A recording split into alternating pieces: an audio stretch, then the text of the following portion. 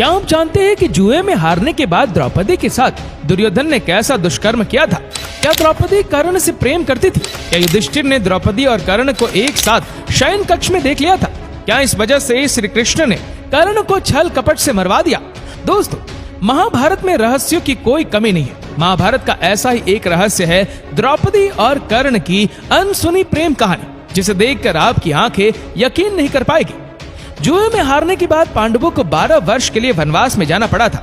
वनवास के दौरान एक दिन द्रौपदी ने एक जामुन के पेड़ पर एक जामुन का गुच्छा लटकते हुए देखा।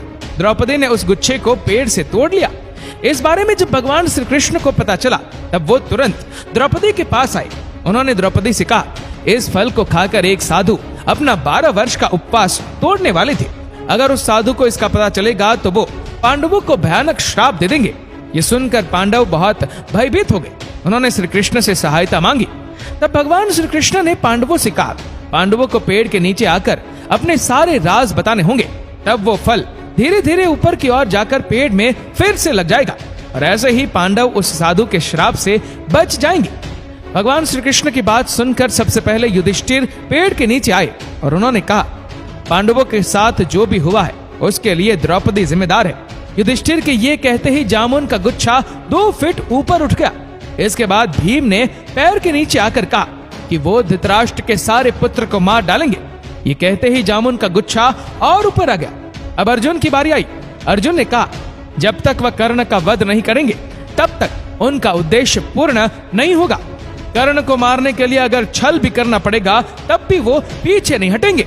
जब अर्जुन ने ये कहा तब वह फल और ऊपर उठ गया। इसके बाद नकुल और सहदेव ने भी अपना राज बता दिया। अब द्रौपदी की बारी आई। द्रौपदी ने कहा, मेरे 5 पति, मेरे 5 ज्ञानेंद्रिया है। मैं अपने पतियों के दुर्भाग्य का कारण हूँ। मैंने ऐसी गलतियां की है जिसके कारण आज भी मुझे पछताना पड़ रहा है। द्रौपदी के ये कहने के बाद भी फल ऊपर नहीं गया। तब भगवान श्री कृष्ण समझ गए कि द्रौपदी जरूर सबसे कोई राज छिपा रही है जिसके कारण ये फल ऊपर नहीं जा रहा है। तब उन्होंने द्रौपदी को सब कुछ सच सच कहने के लिए कहा। तब द्रौपदी ने कहा, मैं अपने 5 पतियों के सिवा एक छठे पुरुष से भी प्रेम करती हूँ। वो छठे पुरुष है महारथी कर्ण। मैंने जाति के कारण कर्ण से विवाह नहीं किया था, लेकिन इसके कारण अब मैं पछता रही हूँ।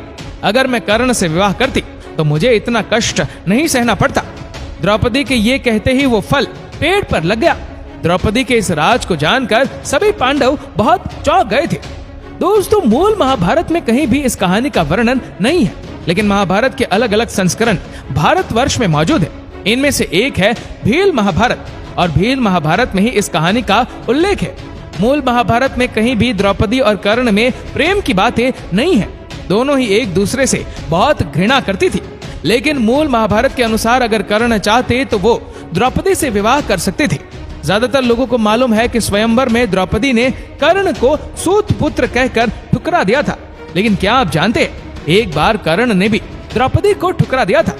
ये बात कुरुक्षेत्र युद्ध से पहले की है, जब भगवान श्री कृष्ण कर्ण से मिलने गए थे। उन्होंने कर्ण को अपनी असली पहचान बताई थी कि वो कोई सूत पुत्र नहीं बल्कि कुंती पुत्र थे। उन्होंने कर्ण को पांडवों के पक्ष में आने के लिए बोला था।